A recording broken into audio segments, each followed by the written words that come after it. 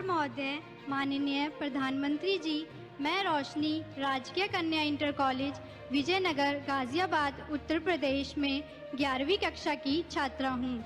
मान्यवर, मेरा प्रश्न यह है कि मुझे आश्चर्य है कि क्या छात्र परीक्षा से डरते हैं या अपने माता पिता और शिक्षकों से? क्या हमें परीक्षा को बहुत गंभीरता से लेना चाहिए जैसे कि हमारे माता पिता या शिक्षक हमसे उम्मीद करते हैं, या बस त्योहारों की तरह उनका आनंद लें? कृपया हमारा मार्गदर्शन करें। धन्यवाद। क्या कारण है कि आपने जब ये सवाल पूछा तो सबसे ज्यादा तालियां बजी? क्या कारण है?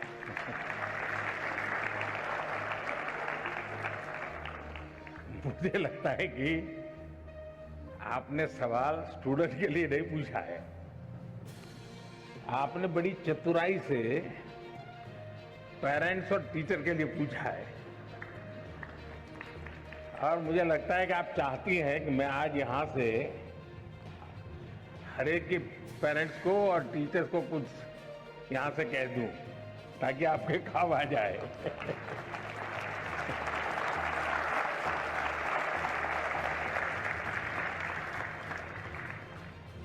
इसका मतलब कि आप पर प्रेशर है टीचर का, आप पर प्रेशर है पेरेंट्स का, और इसलिए आपको उलझन है कि मैं मेरे लिए कुछ करूं कि उनके कहने पर करूं। अब उनको समझा नहीं पा रहे हैं और मैं अपना छोड़ नहीं पा रहा हूं, ये आपकी चिंता मैं महसूस कर रहा हूं। मैं सबसे पहले तो पेरेंट्स को और टीचर्स को ये जरूर कहना चाहूंगा कि कृपा करके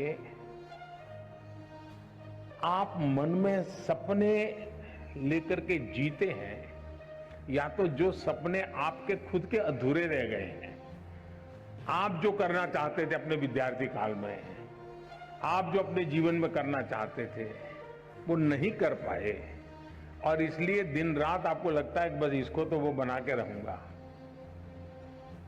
यानी आप अपने मन की बातों को, अपने सपनों को, अपनी अपेक्षाओं आकांक्षाओं को अपने बच्चे में एक प्रकार से इंजेक्ट करने की कोशिश करते हैं।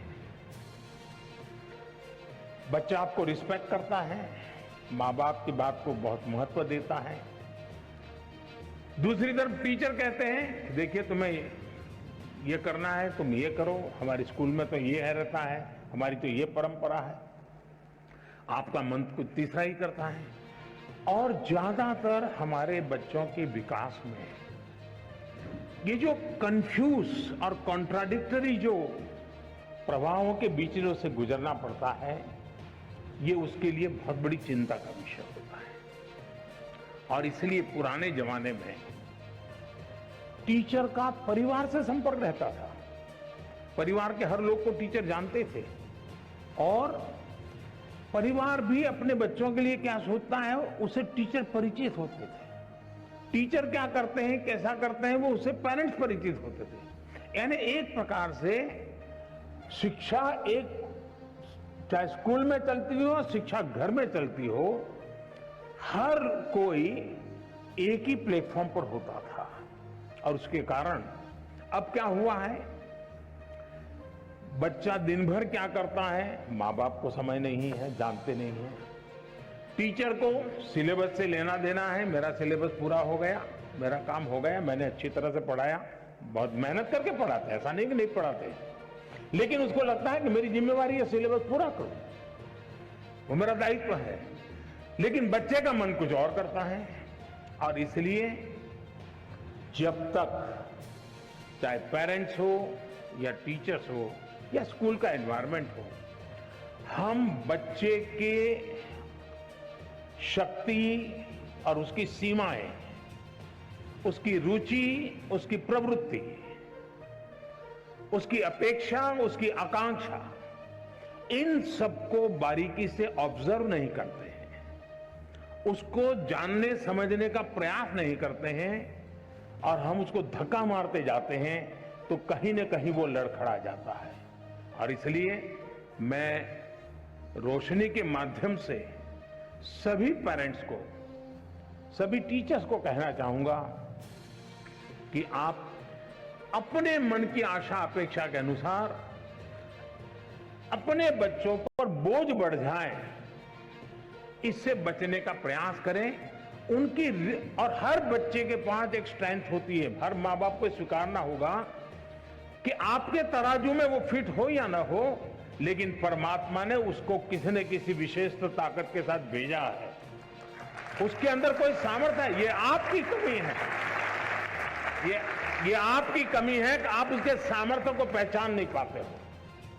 ये आपकी कमी है कि आप उसके सपनों को समझ नहीं पा रहे हो, और इसलिए दूरी वहीं से बन जाती है। और मैं चाहूंगा बच्चों से कि आप प्रेशर के बीच भी,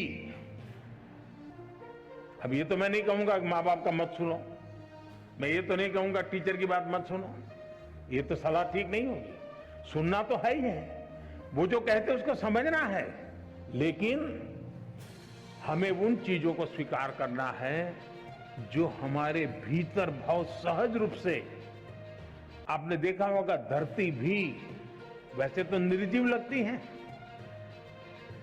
एक बीज बोएंगे तो उसमें से कुछ नहीं निकलता है, लेकिन उसी धरती पर दूसरा बीज बोएंगे तो बहुत कुछ निकल के आता है, बहुत बड़ा वटवृक्ष बन जाता है।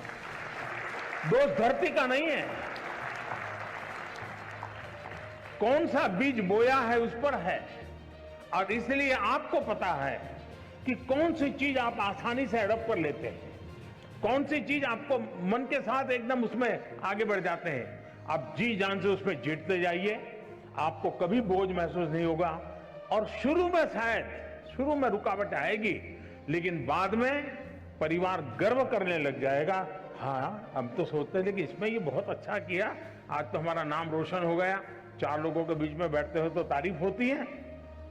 जो कल तक आप कोई ताकत को स्वीकार नहीं करते थे, वो आने वाले समय में आप ही के ताकत का गौरवगान करना शुरू कर देंगे। और इसलिए आप हंसते खेलते उमंग के साथ जो मिनिमम रिक्वायरमेंट है उसको पूरा करते हुए, अतिरिक्त जो सामर्थ्य है उससे जोड़ते हुए आगे बढ़ेंगे, आपको बहुत फायदा होगा। हमारे चैनल को लाइक, शेयर और सब्सक्राइब जरूर करें और नई अपडेट्स के लिए बेल आइकन दबाना ना भूलें।